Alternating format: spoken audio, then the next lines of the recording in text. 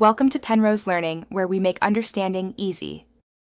You begin by enabling Linux Beta, because Voicemod's Windows app needs a Linux container bridge. That gives you a writable environment.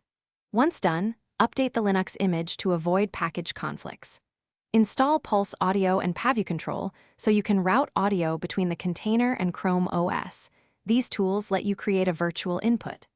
Make sure you have 8+ GB free and that Linux shows up in settings. Then move on to downloading or preparing the Voicemod installer file. Now you install or emulate the Windows Voicemod app. You can use Wine or a lightweight VM.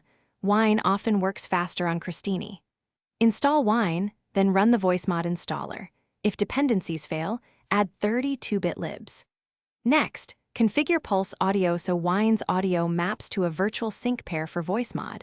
Open PavuControl and assign apps to the virtual devices. This routing makes your Chromebook microphone feed into Voicemod and lets Voicemod output be picked up. To finish, select the Voicemod virtual device as your input in Chrome OS or individual apps like Discord. Test by applying a voice effect and speaking. You should hear processed audio when monitoring. If latency or glitches appear, lower buffer size and tweak Pulse Audio latency settings and make sure CPU isn't pegged. Troubleshooting tip: if your microphone isn't detected, restart the Linux container and Pulse Audio, reopen PavuControl, and reassign the sync/source. That resolves most routing hiccups quickly.